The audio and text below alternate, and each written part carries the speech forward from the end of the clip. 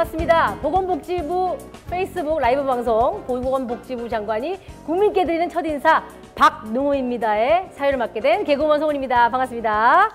네. 자, 그리고 제 옆에 계신 분은요. 예, 안녕하세요. 보건복지부 MC 따수 엄현철입니다. 예, 오늘 MC 송은희 씨와 함께 뜻깊은 자리가 될 수 있도록 열일을 하겠습니다. 네. 환상의 호흡을 한번 기대해보는 걸로 하고요. 네. 사실 오늘 이 자리가 굉장히 의미 있는 자리입니다. 네, 맞습니다. 네, 새로운 보건복지부 장관님께서 임명이 되셨고 그 장관님이 직접 국민께 나와서 앞으로 보건복지부가 해야 할 일, 우리는 이런 일을 할 겁니다 라고 국민께 알려드리는 자리이기도 하고요. 네. 자, 그러면 오늘의 주인공 우리 보건복지부 장관님을 모셔보도록 하겠습니다. 우리 박능호 장관님 어디 계십니까? 예. 네.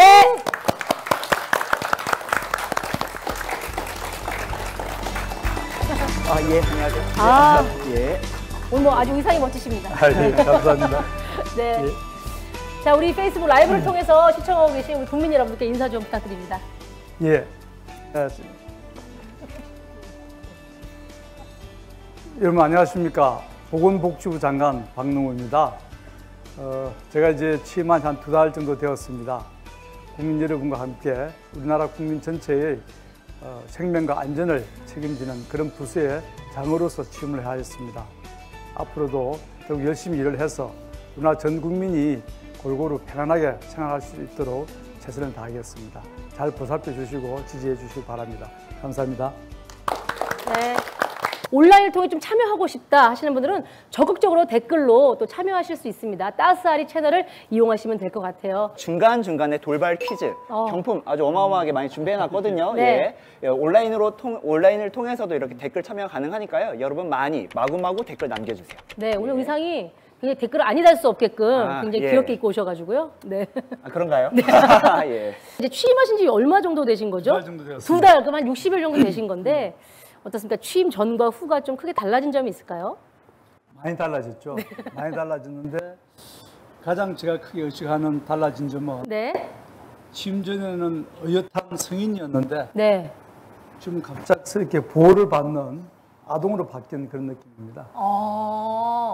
자, 그러면 우리 장관님에 대해서 일단 좀 살짝 알아보는 코너를 저희가 준비를 했지 않습니까? 네. 네. 예, 오늘 준비한 첫 번째 코너, 솔직함이 장관일세. 네. 저희가 이 온라인으로도 지금 같이 소통을 하고 있잖아요. 네. 이분들 그냥 저희 뭐 그냥 두지 않습니다. 같이 참여하셔서 정답을 알겠다 이 댓글 맞춰주신 분께 오늘 준비한 가을철 감기를 위해서 티백 세트 저희가 준비했거든요. 예, 맞춰주신 분께 진짜 보내드립니다. 실제로요? 예. 하지만 제일 먼저 맞춰주셔야 됩니다. 예. 그래요? 예, 맞습니다. 예. 첫 번째 문제를 드리도록 하겠습니다. 첫 번째 문제 이겁니다. 박능호 장관님은 땡땡 전문가다. 박능호 장관님은 장릉 복지 전문가이다. 복지 전문가이다. 복지 전문가이다. 삼각표? 삼각. 동그라미는 아니고요. 세모입니다. 세모. 예. 세모. 자, 다른 분 안 계십니까? 여행 전문가이다. 여행. 아주 근접한. 근접했어요. 하지만 땡. 네. 예, 틀렸습니다. 대한민국. 자, 우리 신성은님. 예. 장관님은 등산 전문가이다. 등산 전문가이다. 전문가이다. 정답입니다. 잠깐만요. 제가 지금 잘못 들었나요? 예. 아니, 잘못 들었나요? 예. 잘못 적었군요. 죄송합니다. 제가 문제를 뒤집어서 냈네요. 예. 맞습니다. 네, 맞습니다. 장관님 취미를 먼저 여쭤봐야 되는데. 네, 그렇게 되네요. 취미는 등산입니다. 네. 뭐 정확하게 우문hen답이었습니다. 잘못된 질문에 정확한 답을 주셨습니다. 제가 첫 번째를 좀 잘못 들었어요. 자, 그러면 두 번째 문제를 드리겠습니다. 첫 번째로 맞춰주신 분이 아까 계셨던 것 같은데 그거 좀 체크를 부탁을 드리겠고요. 살짝 제가 아까 실수로 답을 미리 말씀을 드렸는데 죄송합니다. 자, 맞춰주시면 되겠습니다. 두 번째 질문. 박능호 장관님은 땡땡 전문가이다. 자, 우리 김행수님. 예. 빈곤. 빈곤이라고요? 어떻게 그런 생각을 하셨지? 정답입니다. 정답입니다. 제가 칠칠맞게 약간 정답을 미리 누설하는 바람에 긴장감이 없었네요. 빈곤 전문가. 쉽지 않은 단어인 것 같은데 빈곤 전문가이시죠? 맞습니다. 네. 예. 아까 이제 한 분이 복지 전문가라 하셨는데 복지 전문가 맞습니다. 제가 또 복지학 박사를 받았고, 네. 근데 그 안에도 이제 세부 내용을 들어간다면 빈곤이 좀 더 이제 제 전공 분야에 들어간다 그 말씀이고요. 물론 물질적인 빈곤이 일차적인 빈곤이고, 요즘 같은 현재 사회에서는 정신적인 빈곤, 정서적인 빈곤, 또 사람들의 관계의 빈곤, 이것도 다 빈곤의 한 영역인데, 가장 주된 초점은 우리가 생활 속에서 겪고 있는 여러 가지 물질적 빈곤, 그게 일차적인 제 그 빈곤의 주된 연구입니다. 우리 장관님이 오셨기 때문에 좀 대한민국 빈곤 문제가 좀 잘 평화롭게 해결되길 부탁을 좀 드립니다. 네. 네, 두 번째 코너, 이번에는 정책이 장관일세. 네. 장관님께서 이 사연이 담긴 물건이 궁금하다 선택을 하시면은 질문할 기회가 주어지는 겁니다. 아, 옛날에 약간 이렇게 미팅할 때 이 소지품 가는. 네. 장관님도 많이 그런 것 좀. 예, 가끔씩 해봤습니다. 아니, 가끔씩요? 아. 이 이름이 딱 적힌 명함이 하나 있네요. 첫 번째 명함. 장관님이 선택하신 물건은 바로 명함입니다. 그러고 보니까 여기 있는 거 성함하고는 다른 분이시네요. 류다혜님이신데. 일단 명함을 갖고 온 이유는 네. 그게 저희 아빠 명함이거든요. 그러세요? 네, 그래서 제가 사회복지학과인데 그 명함이 아빠가 사회복지를 하시는 걸 보고 어렸을 때부터 제 롤모델로 제가 꿈을 키울 수 있도록 도와준 분이기 때문에 명함이 가장 저에게 소중하다고 생각해서 네, 준비를 했고요. 네. 제가 네. 질문 드리고 싶은 거는 약간 장애인이나 복지 사각지대에 놓이신 사회적 약자분들을 위한 정책은 어떤 것을 생각하시고 계신지 궁금합니다. 그 뭐 복지 정책 전반이 다 사회약자를 우선적으로 합니다. 제가 이제 이번 보건복지부 장관이 되면서 가장 강조하는 것은 포용적 복지, 포용적 복지라는 그런 정책 틀로서 저희들이 정책을 짜고 있습니다. 그 내용은 온 국민이 어떤 집단이든 소외됨이 없이 우리가 그동안 이루었던 경제성장과 경제성장의 어떤 과실, 그리고 사회복지 서비스를 골고루 누릴 수 있는 그런 복지제도를 만들겠다는 것이고요. 또 그것을 통해서 모든 개개인의 가치가, 인간의 가치가 존중받는 그런 사회를 만들겠다는 것이 포용적 복지 주요 내용입니다.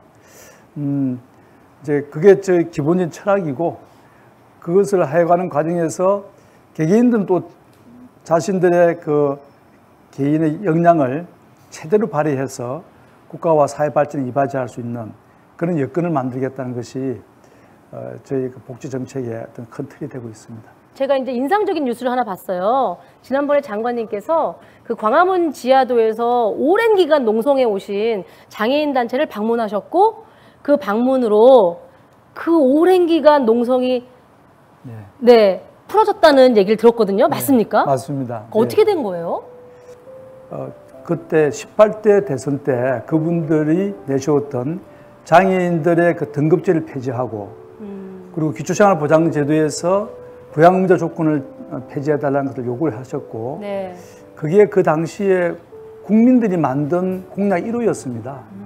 그런데 그 당시 저희들이 이제 대선에서 뭐 이기지 못해서 그 공약을 이루지 못했는데, 이번에 이제 저희들이 대선에서 집권을 하면서 그때의 일을 잊지 않고 있었는데, 그분들이 또 찾아오셨더라고요. 네. 제가 다른 농성장에 제가 만난 겁니다. 네. 다른 회의하러 갔다가. 네. 그래서 제가 그럼 찾아가서 그때 우리 4년 전에 했던 약속을 네. 이번에는 꼭 지키겠다는 차원에 찾아가서 네.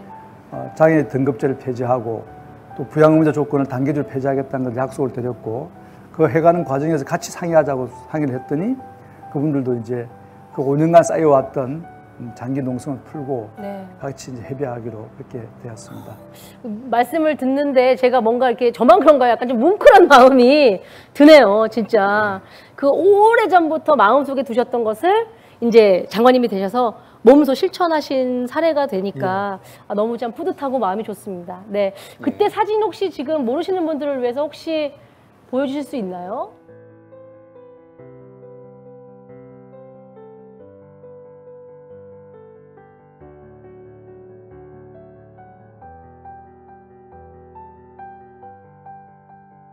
자, 그러면 두 번째 질문, 어떤 분의 질문으로 선택하실지 한번 골라볼까요? 제가 팔찌를 이번에 또 선정을 하겠습니다. 네.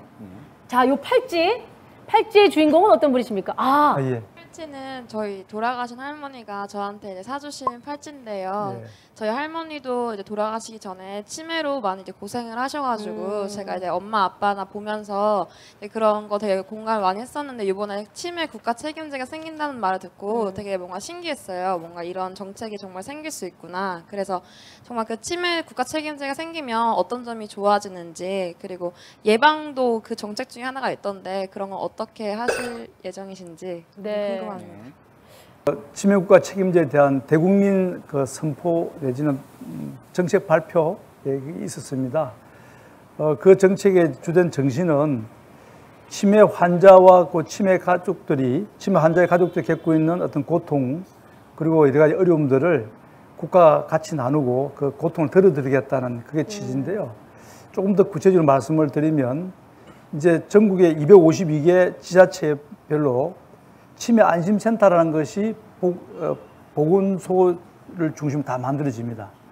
그럼 거기에서 노인분들에 대해서 치매에 대해서 진단을 하고 초기 진단해서 초미 어떤 치매 기운이 있다든지 그런 게 있으면 또 심층적인 진단을 해서 조기에 발견을 하고 발견된 자에 대해서는 또 치매를 중지시키거나 더 이상 진전되지 않도록 여러 가지 치료도 이제 해드리고 그리고 많이 치매가 진행되신 분들에 대해서는 돌봄 서비스를 연계시켜드리는 그리고 사후에 이제 그분들에 대한 여러 가지 일들을 일괄적으로 다 해드리는 그런 치매 안심센터를 이제 올 연말까지 다 전국적으로 다 만듭니다.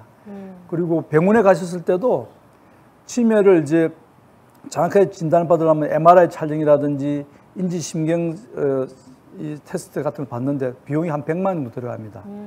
그걸 이제 40만 원으로 줄이는 비용도 이제 절감을 시켜드리고 뭐 여러 가지 국가가 체계적으로 치매에 대해서 정말 이제 책임을 지고 치료와 예방과 그리고 돌봄을 다 하겠다는 것이 이제 발표했던 치매 국가 책임제의 주된 내용이 되겠습니다. 치매 환자가 지금 한 70만 명 정도 있습니다. 네. 근데 그분들 대개 노인이 연세가 많으신 어르신들이신데 그 자손들까지 생각해 보면 한 분의 치매 노인을 둘러싸고 있는 가족들이 5분만 잡아도 우리나라에 한 350만 명, 환자를 치면 한 400만 명 이상이 치매에 의해서 지금 고통을 겪고 있습니다. 그리고 많은 비용 부담도 있고 본인 직접 노부모를 돌보지 못해서 정신적인 어려움도 겪고 있는데 이것을 이제 국가가 책임지고 치매로 인해서 불편이 없도록 해드리겠다는 것이기 때문에 많은 사람들에게 직접적으로 와닿는 네. 그런 정책이 아닌가 기대가 됩니다. 네. 자, 그러면 우리 SNS 참여하시는 우리 페이스북 참여하시는 분들 가운데서도 제가 지금 질문을 하나 좀 많은 분들이 관심 있어 하는 부분인 것 같아요. 강승원 님이신데 최근 관련형 전자담배가 많이 보이던데요. 덜 해롭다고 많이 유행인 것 같은데 이에 대해 대책이 있으신가요? 예. 담배. 많은 예. 분들이 이제 그 관련형이라는 게 뭐냐면 담배를 이렇게 어디 꽂아서 쓰는 그게 관련형이죠. 네. 그 전자담배가 쉽게 말하면 전자담배 같은 것인데 네. 그게 유해성이 낮아서 별로 뭐 피워도 되지 않나 이렇게 생각을 하시는데 그건 큰 착오입니다.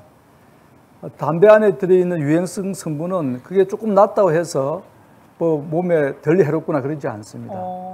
오히려 유해성이 낮은 분들은 담배를 지속적으로 또 많이 피우기 때문에 오히려 더 해독이 클 수도 있습니다. 네네. 그래서 정부에서는 지금은 이제 관련 담배에 비해서는 그 세금이 절반 정도밖에 안 되기 때문에 부담이 적어서 더 관련형을 많이 피울 가능성이 있어서 조만간에 좀 세금도 올려야 될 것 같고 그리고 경고성 여러 가지 문구라든지 사진도 좀 곁들여서 관련형에 대해서도 많은 사람들이 경각심을 가질 수 있도록 그렇게 해서 담배를 좀 덜 피우도록 그렇게 하는 것이 필요하지 않나 싶습니다. 아, 네. 예, 또 그 밖에 또 하나만 제가 더 보면은 네. 여기, JOOYOUNG 주영님이시네요. 네. 주영님이 남긴 문제는 저기 댓글로 보면은 아동 수당 10만 원 준다고 저출산 문제가 해결될까요? 라고 댓글을 남겨주셨습니다. 예. 예. 물론 맞습니다. 그 10만 원이 아동을 키우는데 뭐 그 비용을 다 감당할 수 없죠. 대략 아이 한 명을 키우는데 월 한 62만 원 정도가 든다는 것이 요새 연구 보고의 결과입니다. 네. 그렇지만 아동 수당이 그것이 어느 정도 도움이 된다는 것은 대부분의 사람들이 이제 그렇게 받아들이고 있고요.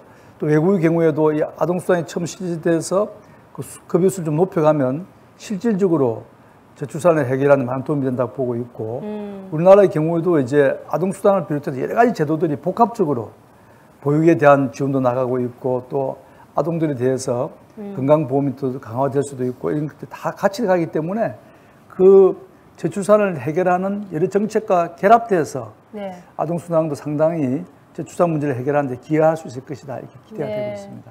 자, 그럼 따순님 우리 하나 더 뽑아볼까요?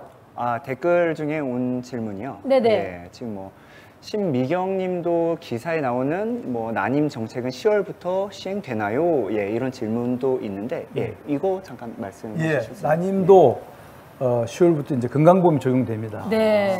난임의 경우에 이건 지금 건강보험 적용이 안 될 때는 조금 비용이 많이 드는 게 한 500만 원 정도 됩니다. 한 번 그렇다고 시술에. 그래요. 네, 그렇다고 하더라고요. 그걸 이제 건강보험이 적용되면은 100만 원 이하로 내려가기 때문에 상당히 지금 그게 큰 경제적 부담을 덜 줄 수 있을 것 같고, 또 난임의 비교적 시술을 하면 한 50% 정도의 효과가 있습니다. 그러니까 10번 시행하면 한 5명 정도의 아이를 가질 수 있기 때문에 저출산 문제를 해결하는데도 상당히 효과가 적인, 지금까지 비용이 많이 들어서 그걸 꺼려하던 분들도 이제는 건강보험이 적용되면은 그 부분 좀 적극적으로 활용할 수 있지 않나 싶어서 저희들도 네. 정책적으로 많이 지원을 할 생각입니다. 네. 자, 우리 또 그러면 물건을 한번 골라볼까요?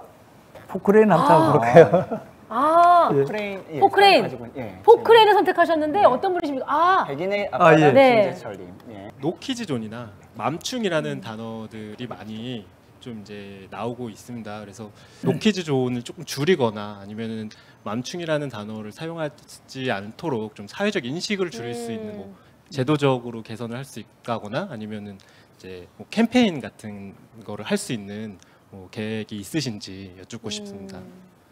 네. 그래서 그런 아이들에 대한 부정적인 시각을 좀 완화할 수 있는 네. 그런 정책이나 대한 뭐 방법이냐는 말씀이시죠. 캠페인 같은 네. 게 예. 혹시 계획이 있으신지. 지금 저희들이 뭐 아이들을 이렇게 아이들에 대해서 아이들의 가치를 높이고 또 사회적으로 아이들에 대해서 귀중하게 여기는 여러 가지 정책은 있습니다. 그런 것들이 이제 어우러져서 노키드에 대한 그런 마음도 좀 줄일 수 있을 거라 생각은 듭니다만은 그 자체를 이렇게 직접 타겟으로 하는 정책은 현재는 제가 얼른 떠오르는 게 없습니다. 네. 그러나 아주 솔직하십니다. 예, 네. 아동들에 대해서 아동의 가치를 고양화하고 여러 가지 돌봄 서비스를 제공하고 하는 것 전체가 다 우리가 또 아동 수당을 제공을 한다든지 또 아동 돌봄에 대한 여러 가지 서비스를 제공하는 것 자체가 아동에 대한 사회적 인식을 높이는 것이기 때문에 그런 것은 뭐 간접적으로 다 연결되어 있지 않나 그렇게 생각됩니다.